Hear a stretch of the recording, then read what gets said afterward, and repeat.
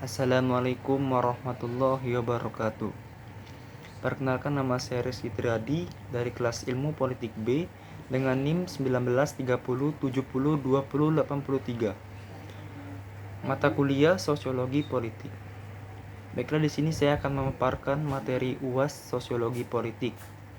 Yang pertama, sosiologi politik dan ruang lingkupnya. Sosiologi politik merupakan dua istilah yang menjadi satu, yaitu istilah sosiologi dan politik. Sosiologi adalah ilmu yang mempelajari tentang definisi masyarakat dan akibat daripada apa yang dilakukan masyarakat. Artinya, sosiologi di sini adalah ilmu yang mengajarkan serta meneliti dalam tindakan yang ada dalam masyarakat. Sedangkan definisi politik yaitu ilmu pengetahuan yang menuntaskan berbagai konflik dalam kehidupan manusia, khususnya dalam membuat keputusan melalui kebijakan-kebijakan tertentu yang dipengaruhi oleh aturan, nilai, dan norma yang ada dalam masyarakat. Jadi, pengertian dari sosiologi politik merupakan ilmu pengetahuan yang khusus mempelajari keteraturan kekuasaan, pemerintahan, lembaga negara, otoritas, dan hal yang lain yang ada dalam kehidupan masyarakat dan mempengaruhi pola hidup yang ada di dalam masyarakat. Ruang lingkup sosiologi politik. Yang pertama, sosiologi politik sebagai studi tentang negara. Kajian dalam sosiologi politik yang pertama adalah spesifik dalam negara, khususnya dalam tanggapan masyarakat yang ada di dalamnya, serta kebijakan yang mesti diambil untuk melangsungkan dan mensejahterakan masyarakat.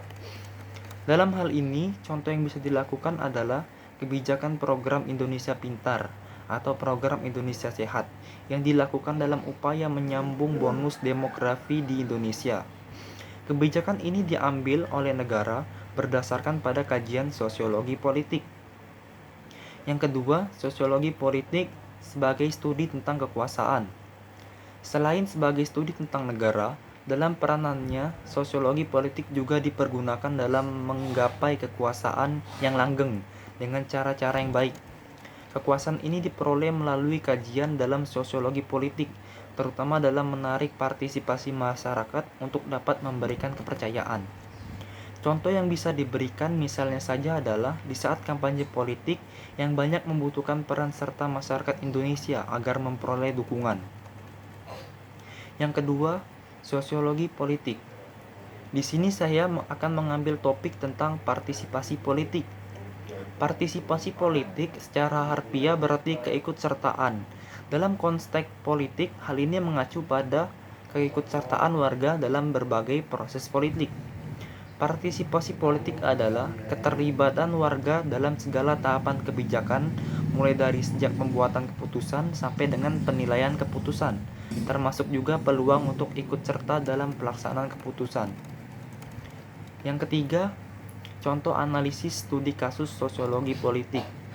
Di sini saya mengambil contoh studi kasus tentang partisipasi politik masyarakat pada Pilkada Kabupaten Ogan Komering Ulu Timur tahun 2020. Dalam Pilkada Kabupaten Oku Timur tahun 2020, Kabupaten Oku Timur mendapat partisipasi sebesar 79%. Jumlah partisipasi pemilih pilkada serentak tahun ini lebih baik daripada pilkada di beberapa wilayah Indonesia. Dalam Pilkada Kabupaten Oku Timur tahun 2010 yang lalu, Kabupaten Oku Timur mencapai partisipasi politik tertinggi dan penghargaan tersebut diberikan oleh Museum Rekor Indonesia dengan partisipasi politik masyarakat mencapai 91,11%. Kabupaten ini adalah hasil dari pemekaran Kabupaten Oku yang diresmikan pada tahun 2004, tepatnya pada tanggal 17 Januari 2004. Ditetapkan sebagai hari jadi Kabupaten Oku Timur pada saat itu. Pilkada di tahun Oku Timur sudah berlangsung selama 4 periode, yang diantaranya pada tahun 2005, 2010, 2015, dan 2020. Pilkada tahun ini berlangsung pada 9 Desember 2020, yang dilaksanakan serentak dengan kabupaten lainnya yang ada di Provinsi Sumatera Selatan. Di antaranya Kabupaten Oku, Kabupaten Oku Selatan, Kabupaten Oi, Kabupaten Pali, Kabupaten Musirawas, dan Kabupaten Muratara. Nama calon bupati atau wali kota di Kabupaten Oku Timur diantaranya pasangan calon nomor 1 Lanosin Hamzah dengan Ardi Nugraha Purnayuda. Dengan pasangan calon nomor 2 Ruslan Taimi dan Herli Sunawan. Pasangan calon nomor 1 mendapat perolehan suara dengan 219,31 suara.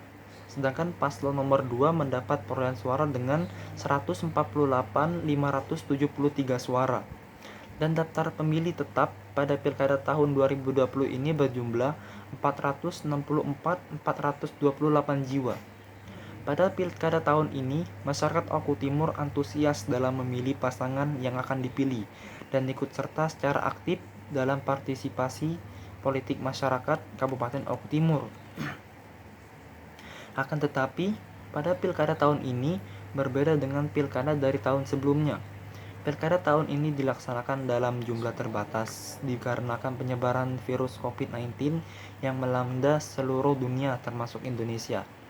Walaupun begitu, pemilih di pilkada serentak ini sangat antusias dan juga mereka disiplin menerapkan protokol kesehatan saat datang ke tempat pemungutan suara.